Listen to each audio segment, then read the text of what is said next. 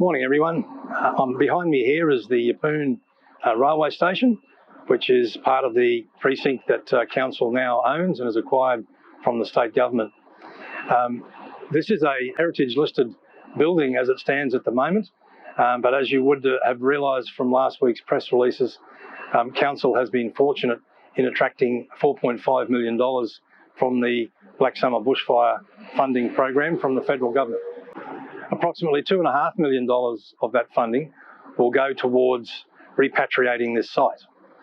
Now, what that essentially means is we're going to be refurbishing this site to convert it into more of a community centre. But please don't think, based on some Facebook comments I read last week, that this is going to be converted into another hub. It is not. The hub is a fully enclosed building that is full of technology that allows us to combat and respond to disasters as they arise. It also has community meeting facilities, and bottom floor is leased out. So this particular facility that will be built here on the railway site in Yeppoon will be more of an open air facility with a roof, and it will be obviously a gathering place for the community after times of disaster for things like community rebuilding, and so people can gather, socialise and what have you.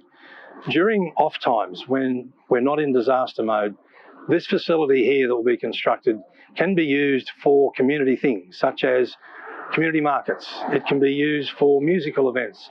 It can be used for meetings. So it has a multitude of purposes. But I repeat, it is not going to be another hub.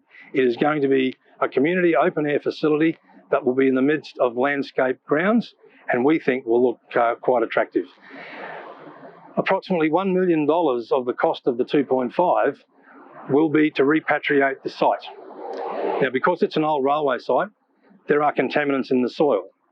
And unfortunately, in this day and age, if you have to decontaminate a site, it is not a cheap exercise. So that's a significant component of the overall cost of fixing this site. Currently, there is diesel in the soil, there is oil in the soil, and there are some agricultural chemicals in the soil from the days when pineapples used to be shipped here by rail to other parts of Australia.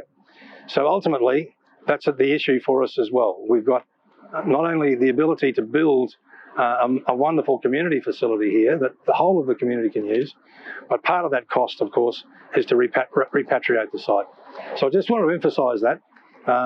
There are the two components: the repatriation of the site, the fixing up of the contaminations, but then the building and the construction of a community-based facility that we hope will be a proud addition to our community, because it will be landscaped and we think look very aesthetically pleasing.